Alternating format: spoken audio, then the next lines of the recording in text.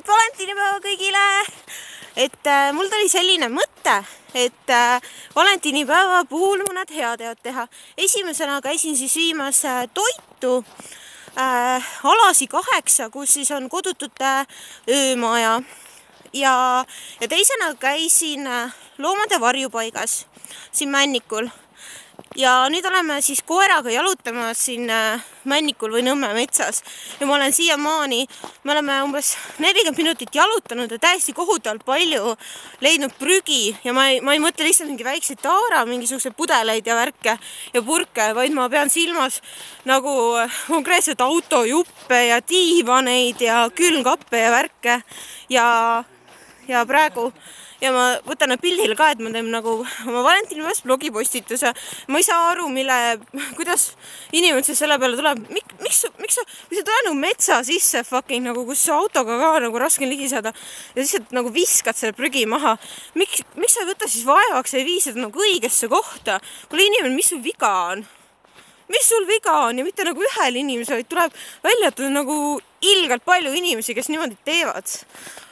Loomade varjupaiga kohta siis, et viisime 10-kilose krõbinate pakk selle suure koti, siis viisime kommikarbi töötajatele ja selle suhtumine, kui ma küsisin, palju seal loomi on ja kas me näeme kedagi ja nii edasi, siis öeldi meile, et näed ainult sellisel juhul, kui võtad jalutama, miinimum on tund aega. Meil oli koer autos, et meil ei olnud selle jaoks kahjuks aega. Ja ühesõnaga mitte mingit nagu nägu või positiivselt. Ma küsin, kas me võime koos nagu pilti teha midagi, siis ei ja kass ja mitte kedagi ei näe, et sa näed loomi ainult sel juhul, kui sa hakkad kedagi endale võtma.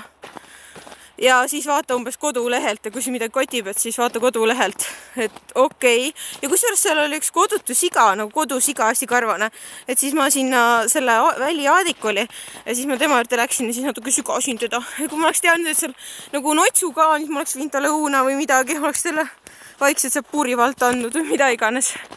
Et nii kahju, et on selline, ma ei läinud üksi ja mul on nii kahju, et siuke nagu nõme suhtumine. Mul on nagu, et issand, sorry, et ma teid üldse tülitama tulin. Õnneks seal oli neid annetusi hästi palju, et see on see minu teada linnavalitsus peab neid üleval. Et sellised erakohad nagu kassiabi, kasside turvakodu on nagu ka mõistlikum olnud. Aga mul tekib küsimus, et seal Sepa tänaval pandi see supiköök kinni ja interneti kohaselt pidi enam supiköök Alasi 8 aadressil kella 2 lahti, aga seal ei ole mitte mingit silte, mitte midagi. Et ma tahtsin lisaks selle toitu viia nagu appi ka minna, aga telefoni ka keegi ei vasta. Nagu mis toimub, ma ei tea. Ma võtan selle Tallinna hoolekandekeskusega nagu ühendust, et tahaksin mingid riided asju käia, et kuidas neil see kord on ja mis praegu toimub. Aga okei, ma teen pikem postituse ka oma kodukale oma valentinipäevas. Ma ei tea veel, mis ma kavatsen veel ette võtta. Aga olge, musid! Ja kui sul ei ole mingisugust, ma ei tea, armsamat, kellele, ma ei tea, mingi šokolaadikomme ja värki viia, siis see on jumala okei, vaata. Lihtsalt sa ise oled olemas.